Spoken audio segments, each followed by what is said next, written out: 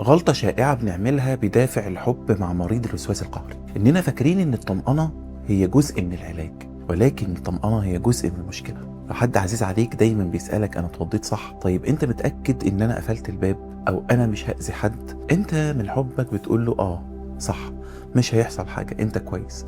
تلاقيه يهدى 5 دقايق وبعدين يرجع يسأل تاني، وفي اللحظة دي حضرتك مش بتساعده، أنت من غير ما بتعرف عمال تغذي في الوسواس. لما حد يكون عنده وسواس قهري وبيطلب طمأنة، ده مش سؤال عادي، ده جزء من الوسواس نفسه. كل مرة الشخص بياخد فيها طمأنة دماغه بيتعلم حاجة واحدة، وهي إن الشك اللي كان شكه كان محتاج إجابة. يعني الطمأنة بتأكد للدماغ إن في خطر حقيقي، والخطر ده كان محتاج إن هو يتم التحقق منه. وبدل ما الشك يمشي بيجي أقوى، وده اللي العلم بيسميه البحث عن الطمأنة، وهو بنفسه نوع من الأفعال القهرية. ومش بس اللي عنده الوسواس هو اللي بيغلط، إحنا حبايبه اللي حواليه برضه بنغلط.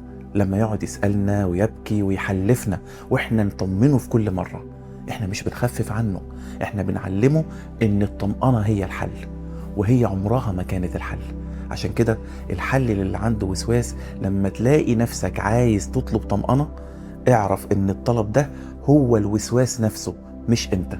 جرب تقعد مع عدم اليقين من غير ما تسأل. الموضوع صعب، بس كل مرة بتعملها دماغك بيتعلم انه ينجو من غير اجابة. والحل اللي بيحب شخص عنده وسواس، مش لازم انك انت تطمنه، بس ممكن تكون جنبه. بدل ما تقوله انت صح وكل حاجة كويسة، قوله انا شايف انك انت تعبان وانا هنا معاك. الدعم ده اقوى من اي طمأنة. لو في حد في حياتك بيطلب منك انك تطمنه اكتر من مرة على نفس الحاجة، احفظ الفيديو، لانه ممكن يغير طريقة مساعدتك ليه.